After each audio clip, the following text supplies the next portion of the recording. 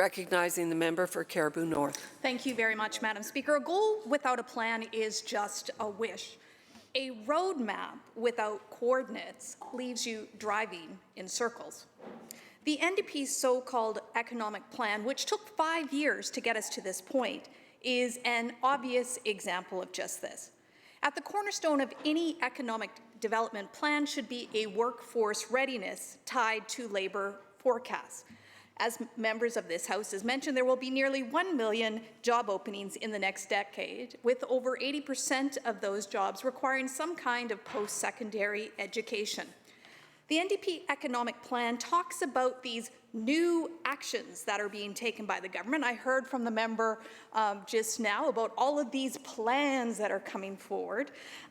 Here's a plan that should have been the foundation of the economic plan, the Future Ready Skills for the Jobs of Tomorrow plan, mentioned in this really lovely, colorful brochure. But here's what the government did not announce.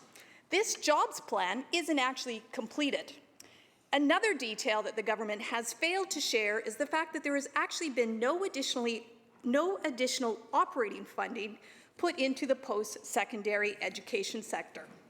So we have an economic plan based on a Skills for Jobs of Tomorrow plan, which, to be clear, 5 years in of a 10-year plan is still not complete, and there's no additional money for operating in the budget to actually support the operations of our post-secondary education institutions to fulfill those job openings, which we all know will be needed.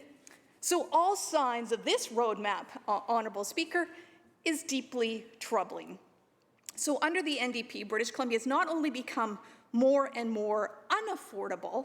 Let us talk about this economic plan, which has left young people who can no longer afford rent, let alone buy a house. Metro Vancouver has the lowest vacancy and highest rents of any metropolitan area in Canada, with at least 1 million people. But the government's promised renter rebate is nowhere to be found. Kind of like those tech seats that the member opposite was talking about. We keep hearing these seats being announced, but unless you can actually put somebody in a seat that it's actually created, what is that? Housing supply also hits a record low when the average home price in BC has surpassed $1.1 million, up 25% in 2021 alone. Parents can't afford accessible or affordable childcare despite promise year after year by this government of a universal $10 a day childcare.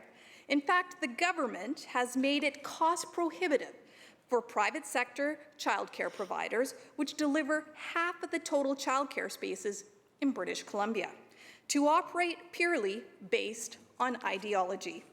Families end up paying the price for this, Madam Speaker, and communities across this province and commuters are faced with the highest gas prices and the highest gas taxes in North America. The government's so-called $110 relief plan is not even enough to cover 1 tank of gas for a minivan. So let us talk about our healthcare sector. The healthcare sector, which is on the verge of collapse. We've heard time and time again people desperately calling for more support for our healthcare sector. One would imagine that a government, and would be a part of this economic plan, would understand the need to be investing in training of healthcare professionals. As part of the NDP election platform, another flashy, lovely, colorful brochure, they said that they would build a medical school in Surrey. So where is it? Where is the plan? Where is the budget to build that medical school in Surrey? How do any of us attract people into our province and in our communities if we do not even have basic services? But this government has lost touch with reality and the challenges that real people are facing today.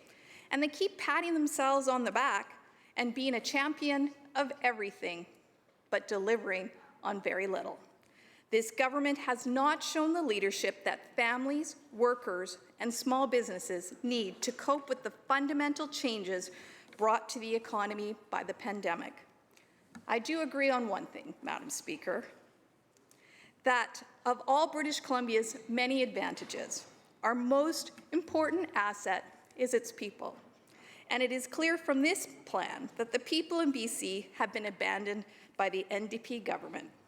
Making promises, Madam Speaker, is not the same as making progress.